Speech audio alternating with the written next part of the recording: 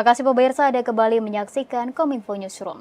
Pemirsa, Badan Koordinasi Kehumasan Pemerintah bersama Biro Kerjasama dan Hubungan Masyarakat Kemendikbudristek menggelar forum tematik menyebarkan informasi terkait kebijakan kurikulum merdeka yang telah diluncurkan pada 2022 lalu.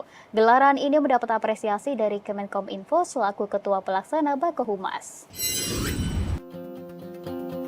Pemerintah Indonesia melalui Kementerian Pendidikan, Kebudayaan, Riset, dan Teknologi terus berupaya melakukan transformasi pendidikan di Indonesia melalui kebijakan Merdeka Belajar. Kebijakan tersebut bertujuan untuk mewujudkan pendidikan bermutu dan inklusif, salah satunya melalui implementasi kurikulum merdeka. Pada tahun 2022, Kemendikbudristek meluncurkan Merdeka Belajar episode ke-15, yakni kurikulum merdeka dan platform Merdeka Mengajar. Kurikulum merdeka diluncurkan sebagai salah satu opsi kurikulum yang dapat diterapkan secara sukarela oleh seluruh satuan pendidikan di Indonesia. Hingga saat ini secara nasional sudah 90% satuan pendidikan, baik di tingkat dasar, menengah maupun atas, telah menerapkan kurikulum merdeka. Untuk memenuhi target 100% dalam penerapan kurikulum merdeka, Badan Koordinasi Kehumasan Pemerintah bersama Biro Kerjasama dan Hubungan Masyarakat Kemendikbudristek menggelar forum tematik Bakohumas dengan tema kurikulum merdeka untuk meningkatkan kualitas pembelajaran. Kegiatan yang diikuti oleh 54 peserta dari kementerian lembaga itu berlangsung di Hotel Meridian Jakarta pada 27 Mei 2024. Forum tersebut bertujuan untuk menyebarkan informasi terkait kebijakan kurikulum merdeka yang telah diluncurkan Kemendikbudristek sejak 2022 lalu dan untuk memperkuat sinergi antar kementerian lembaga. Sementara itu, Kementerian Komunikasi dan Informatika selaku Ketua Bakohumas mengapresiasi kebijakan yang dilakukan Kemendikbud guna mengetaskan kesenjangan pendidikan di Indonesia. Selain itu, Kemenkominfo juga menjadi salah satu pemangku kepentingan yang memiliki peranan penting dalam hal penyebaran informasi.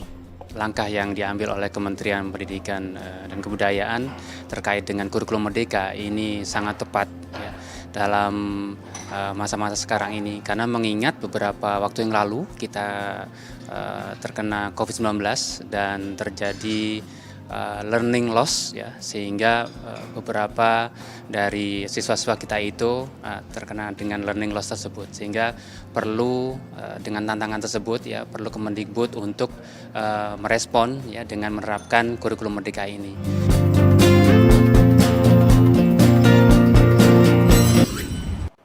Pemirsa, Kementerian Pendidikan, Kebudayaan, Riset, dan Teknologi telah meluncurkan kebijakan kurikulum merdeka sejak 2022 lalu. Hingga saat ini sudah 90% satuan pendidikan di Indonesia yang telah menerapkan kebijakan tersebut. Hal ini menandai dengan hadirnya kurikulum merdeka dapat meningkatkan kualitas pendidikan.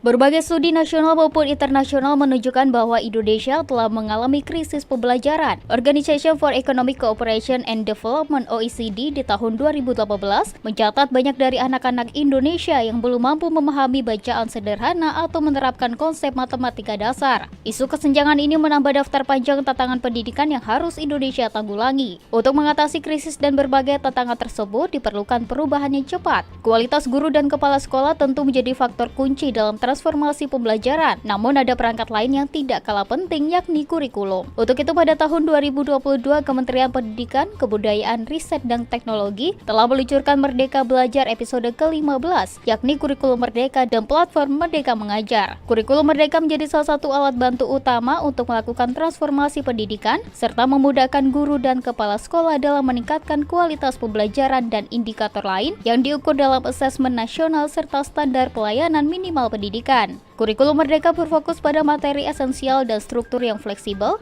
sehingga memudahkan guru melakukan pembelajaran terdiferensiasi, mengasah bakat dan minat, serta menumbuhkan karakter murid secara lebih menyeluruh. Secara nasional hingga saat ini sudah lebih dari 300.000 atau sebesar 90% satuan pendidikan, baik di tingkat dasar, menengah maupun atas, telah menerapkan kurikulum merdeka. Dengan dibuktikannya persentase yang sangat besar ini, pihak Kemendikbudristek optimis dengan adanya kurikulum merdeka bisa memulihkan sistem pembelajaran di Indonesia.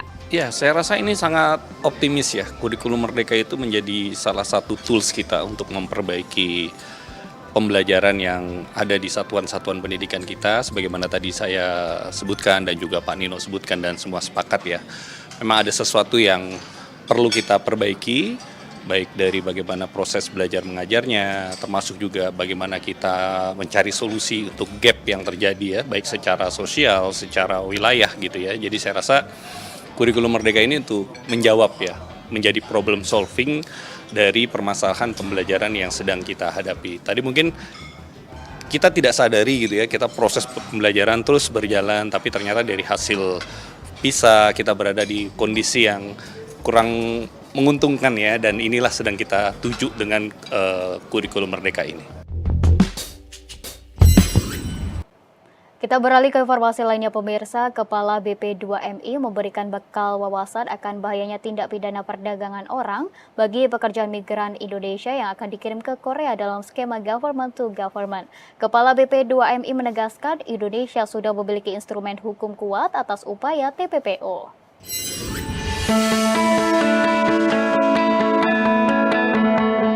Kepala Badan Pelindungan Pekerja Migran Indonesia, Benny Ramdhani dalam acara pelepasan dan pembekalan pekerja migran Indonesia program G2G ke Korea Selatan dan Jerman, mengingatkan bahaya tindak pidana perdagangan orang atau TPPO kepada para pekerja migran Indonesia. Salah satu hal yang harus dihindari adalah penempatan tenaga kerja Indonesia secara non-prosedural yang berpotensi membuat mereka menjadi korban TPPO. Benny menyebutkan dari data Bank Dunia pada tahun 2017 terdapat sekitar 9 juta PMI yang dikirim secara non-prosedural. Sementara data PP2MI di periode yang sama memperlihatkan hanya 3,6 juta orang yang terdaftar resmi dalam sistem.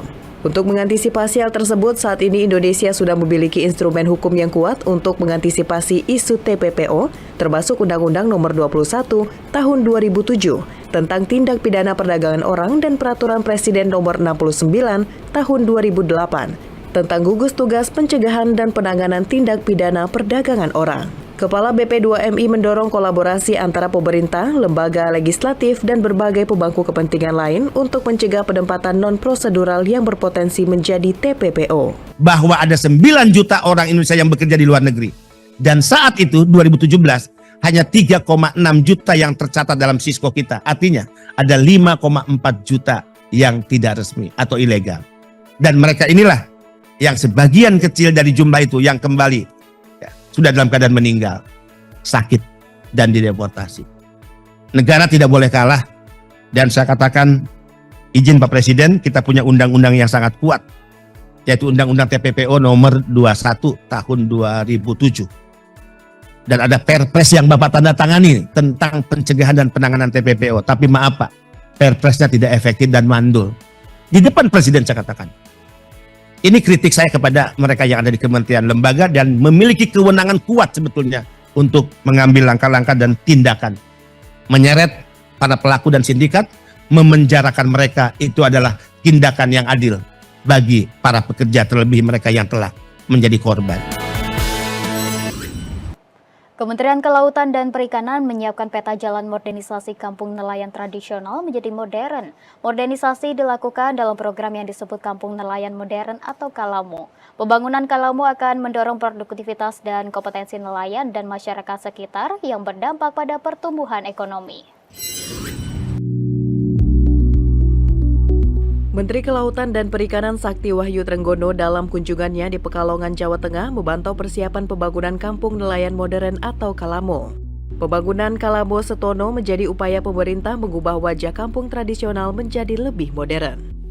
Cetak biru pembangunan Kalamo Setono akan berfokus pada sentra kuliner hasil olahan laut dari tangkapan para nelayan Pekalongan. Sebagai contoh, pembangunan Kalamo Setono di Pekalongan melibatkan 140 nelayan kecil binaan Dinas Kelautan dan Perikanan Kota Pekalongan yang berada di 3 kelurahan.